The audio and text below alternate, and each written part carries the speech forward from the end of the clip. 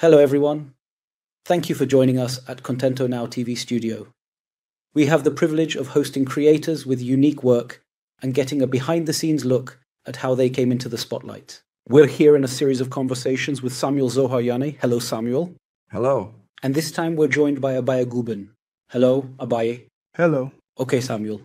To begin with, when you remove spells from people, how does someone actually know to reach out to you specifically in order to get help? What should they be feeling? We're going to hear an amazing story. When does a person know they should say, hey, Samuel can help me, change my life, remove a spell? What should he be feeling? The moment he feels that things are inexplicably happening to him, or even that are beyond nature, that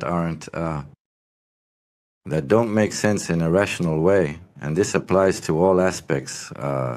There are also sensations that happen to people in their sleep, like sudden jerks, panic, fears, all kinds of strange things that are hard to treat with conventional medicine. At that same time, when those sensations occur, it's worth checking to see if perhaps some kind of magical act was done toward the person. Tell me, Abaye, what happened to you in life is completely extraordinary. Absolutely. How can we put this gently? Not part of a normal routine. Take me back to that moment, Abaye. It was one early morning on a Sunday when it all began. Sunday morning? Yes, I woke up in the morning. I prepared myself thoroughly to go out, like to work or something. At that time, I was living in Eilat and it was kind of a routine. Over the weekend, I did visit my parents, like just for a visit. Do you vividly and clearly remember the very last second, the one that came just before the accident took place? Wow. I remember the driver said, "Oh God." And then suddenly I hear this really loud crash. And I was thrown forward and backward. I just ended up lying under the seats. And then, That's when everything started? Yes, I didn't even feel that. My arm flew out of its place. You didn't feel your arm fly out of place? No. Minutes later, I just started checking every single limb to see if I was hurt or something. Like, I started figuring out through my head, like in my thoughts, what's out there, what happened, like, how did we end up in this situation? Like, it was a clear day, What did you feel at that moment? Can you take us into your heart, so to speak, into the feeling you had at that moment? Well, let me describe it. I was really, I couldn't believe that this could happen to me. And also I fell into really, I started crying. Why is this happening to me? I felt like I was the only one who got hurt, and that's what, even though a few others were injured there too, and a few were killed on the spot, And we're sitting here in the studio, and this was one of the most horrific road accidents in memory, with a lot of media coverage that followed in the newspapers, and we'll take a look at some of the press that was published the day after.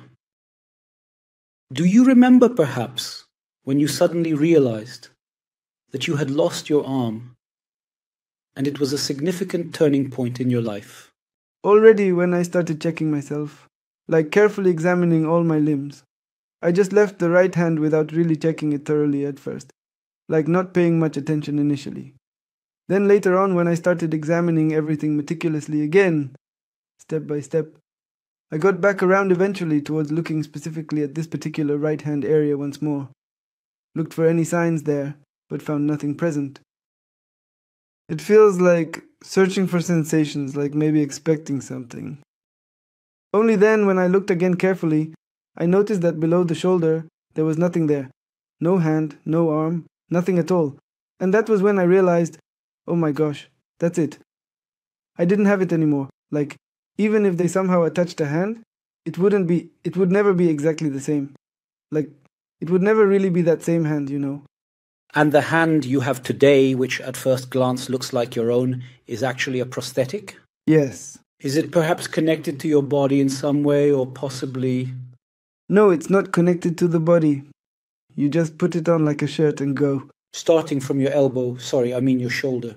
Yes. When did you realize that there was something more going on here and that Samuel was someone who could help you? Could you tell us about that? 2 or 3 years later, the same things kept happening. Everything kept repeating itself again. And what happened? I was driving on Route 40, and once again, someone crashed into me. Again? Yes, I said, what's going on here? What's wrong with me? Even on the way back, there was another unexpected accident. It's like something keeps chasing me. Some unforeseen force, always right behind me, like, And then you called Samuel, when you realized you were going through the same story again and again. Yeah, I started looking online for some kind of help. Somebody who could help. And what did you search for online? What was the word you searched for? That suddenly Samuel appeared, helped you, and turned your life around. Because your smile now, there's no mistaking it. Honestly, I searched all kinds of words, but I typed a word that was like negative energy. Negative energy. Then suddenly all these people popped up, and I even started calling different individuals. Mediums from Eilat and Tiberias. I believe so, I think. What did Samuel do? Where did he turn your life around? And you're in the middle of the process, and there's still, I assume, pain, but already in the middle of the process. When you walk in here into the studio, your smile is unmistakable. Yes. It's clear that something good is already happening. So what did he change? What did he change? I think he didn't change me physically, but he changed something in, perhaps something spiritual, in the soul, in a way that is deeply felt, almost like a transformation, a metamorphosis, a rebirth. Can you explain to me what you feel is different today? What did he change? What in the soul, what in the spirit, what in the hidden? After the accident, I went into this state, and a few months later I realized, with the other accidents happening to me, that I was falling into depression. Of course, it felt like everything was chasing me in a way, completely. I thought, there's something here. It made sense that I reached out to Samuel, and that he said he does dozens of all these things he does. Like everything. Already in the first month, I felt a change, a kind of will to live, like something, energy. He gave me good energy, sort of. More like I felt a kind of emotional joy. Happiness now, it's like I'm saying, he didn't do something to me physically or change me somehow, but from here I really thank him, truly. I'm very thankful to him. That's so great to hear. Samuel, can you explain how, you removed what needed to be removed? Or are you still working on it? Is it a process? Can you give us a little glimpse behind the scenes into the treatment room, the consultations, the guidance, your spell removals? What did you do? What's going on? The first thing, he experienced something similar to an electric shock, a physical blow. Physical, energetic, just like electricity, in fact. In that moment, panic set in, fear, all the lowest kinds of emotions.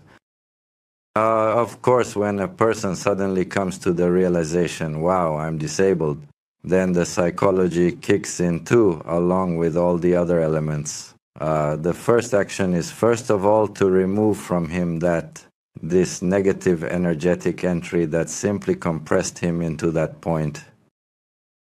That's the first thing. On the other hand, in the same breath, I recommended vitamins, nutrition, and a certain lifestyle.